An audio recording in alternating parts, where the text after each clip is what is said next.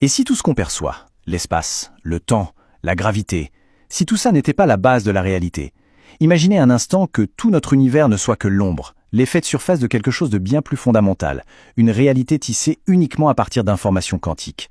C'est cette idée, assez vertigineuse je dois dire, qu'on va explorer ensemble. Tout part d'une question qui a l'air simple mais qui change absolument tout. Est-ce que l'univers est une sorte de grande boîte, un lieu vide dans lequel les choses existent et bougent, ou bien est-ce que l'univers est d'abord et avant tout un immense réseau de relations et que l'espace lui-même n'est que le dessin formé par toutes ces connexions? Alors rentrons dans le vif du sujet. Le point de départ, c'est cette phrase. Elle dit que l'intrication, ce lien un peu bizarre qui connecte deux particules, peu importe la distance, ce n'est pas juste une curiosité de la physique. Non, selon cette théorie, c'est le bloc de construction de la géométrie.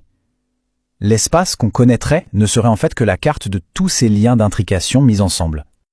Ok, mais si on veut construire un univers à partir de rien, on commence par quoi? L'approche ici, qu'on appelle ascendante, est ultra minimaliste. On part d'une seule et unique règle du jeu. Et là voilà cette règle. Il n'existe qu'une seule chose, un état quantique global, c'est tout. Il contient toute l'information de l'univers, mais il est intemporel. Ça veut dire qu'il n'y a pas de montre extérieure qui tourne. Tout est contenu là-dedans, sans notion de temps qui passe. Ce qui est vraiment radical, c'est tout ce qu'on jette par-dessus bord dès le départ. On oublie l'espace, on oublie les distances, on oublie l'horloge universelle, on oublie même les forces comme la gravité. On part vraiment d'une page blanche. Il n'y a que de l'information. D'accord, mais si on a seulement de l'information, comment on fabrique quelque chose qui ressemble à de l'espace? Eh bien, la première étape, c'est de le construire, ou plutôt de le laisser apparaître tout seul. Alors voilà comment ça marche en 3 temps. D'abord, on prend chaque bit d'information et on mesure à quel point il est connecté à tous les autres. Ensuite, on pose une règle super simple. Si 2 bits sont très intriqués, on dit qu'ils sont proches. S'ils le sont peu, ils sont loin. Enfin, on demande à un ordinateur de dessiner la carte la plus logique possible qui respecte toutes ces nouvelles règles de proximité.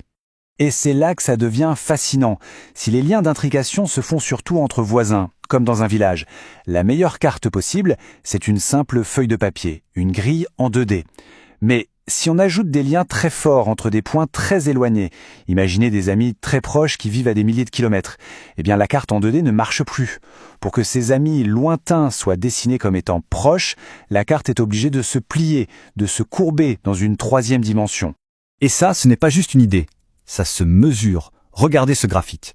Il montre l'erreur quand on essaye de faire la carte. Quand il y a beaucoup de liens longue distance, forcer tout ça sur une carte 2D donne une erreur énorme, ça ne colle pas. Mais dès qu'on passe en 3D, pouf, l'erreur s'effondre. La 3D n'est pas décidée à l'avance, elle devient juste la solution la plus efficace pour représenter le réseau de relations. Donc si l'intrication peut créer une dimension, est-ce qu'elle peut faire des choses encore plus folles? Oui.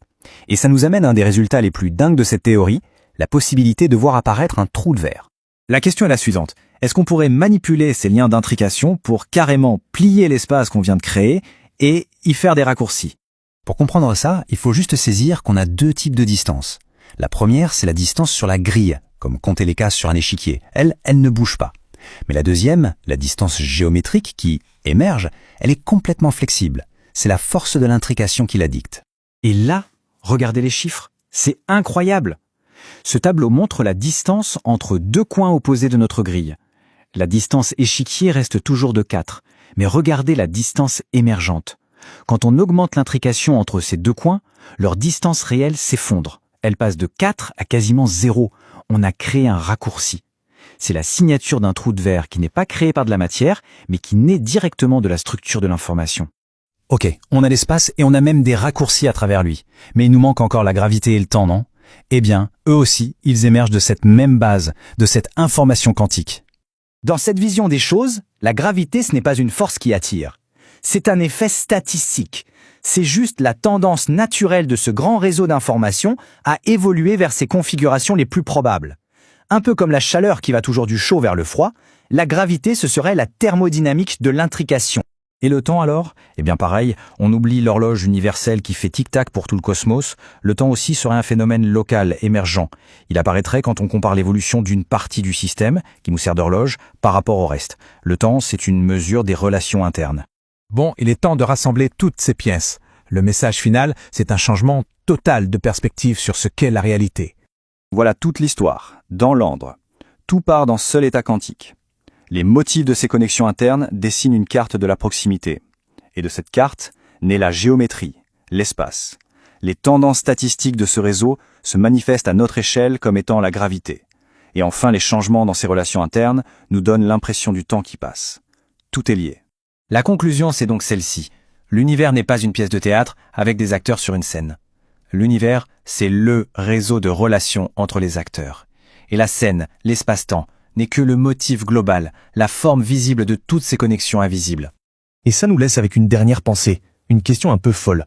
Si la géométrie de notre univers n'est finalement qu'un arrangement particulier de liens quantiques, ça ouvre des possibilités assez dingues.